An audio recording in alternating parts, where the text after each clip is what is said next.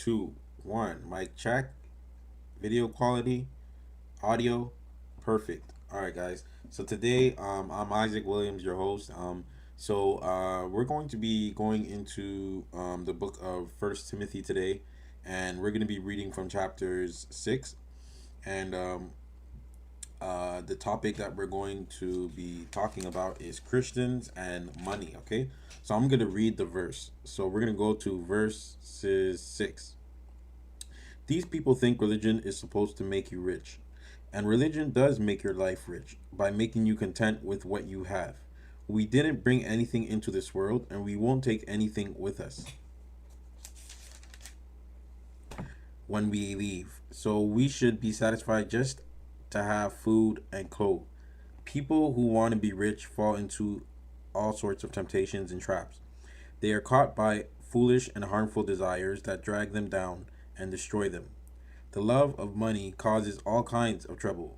Some people want money so much that they have given up their faith and caused themselves a lot of pain. Timothy, you belong to God, so keep away from all these evil things. Try your best to please God and to be like Him. Be faithful, loving, dependable, and gentle. Fight a good fight for the faith and claim eternal life. God offered it to you when you clearly told about your faith while so many people listened. Now I ask you to make a promise. Make it in the presence of God, who gives life to all, and in the presence of Jesus Christ, who openly told Pontius Pilate about his faith. Promise to obey completely and fully all that you have been told until the Lord Jesus Christ returns. The glorious God is the only ruler, the King of kings and Lord of lords. At the time that God has already decided, He will send Jesus Christ back again. Only God lives forever, and He lives in light that no one can come near. No human has ever seen God or ever can see Him. God will be honored, and His power will last forever. Warn the rich people of this world not to be proud or to trust in wealth that is easily lost. Tell them to have faith in God, who is rich and blesses us with everything we need to enjoy life. Instruct them to do as many good deeds as they can and to help everyone.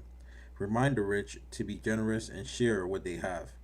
This will lay a solid foundation for the future so that they will know what true life is like. So guys, that's the reading for today. I hope you guys enjoyed it. I'm gonna go over briefly what it says here in the commentary. Okay, so it says here, Paul warns us strongly against the love of money, but let's be sure we interpret his words correctly. He does not say that money itself is evil, nor does any other scripture. Neither does he say that money is the fundamental cause of trouble, or that money lies at the root of every trouble. Rather, the love of money, something inside people, not money itself, can be a cause, but not the only cause. All kinds of trouble, but not of all trouble. But don't let those facts often soften the warning. People who love money are vulnerable to all kinds of trouble. The worst of which is straying from the faith. See that see that danger. Believers should by all means avoid greed. Jesus gave a direct, clear command to that effect. He didn't tell us to guard against it in others, but in ourselves. So everyone, I'm going to stop here, and I just hope that you guys learned something in this reading. I surely did, and it's a great topic, Christians and money. If you have anything that you want to say or highlight, please leave it in the comments below. Don't forget to like, comment, and subscribe, and don't forget to hit the notification bell and give this video a thumbs up. And I'll see you guys in the next video, which is going to be week 3, 3 of 3 blessings. So I'll see you guys in the next part. Okay, all right, take care, God bless.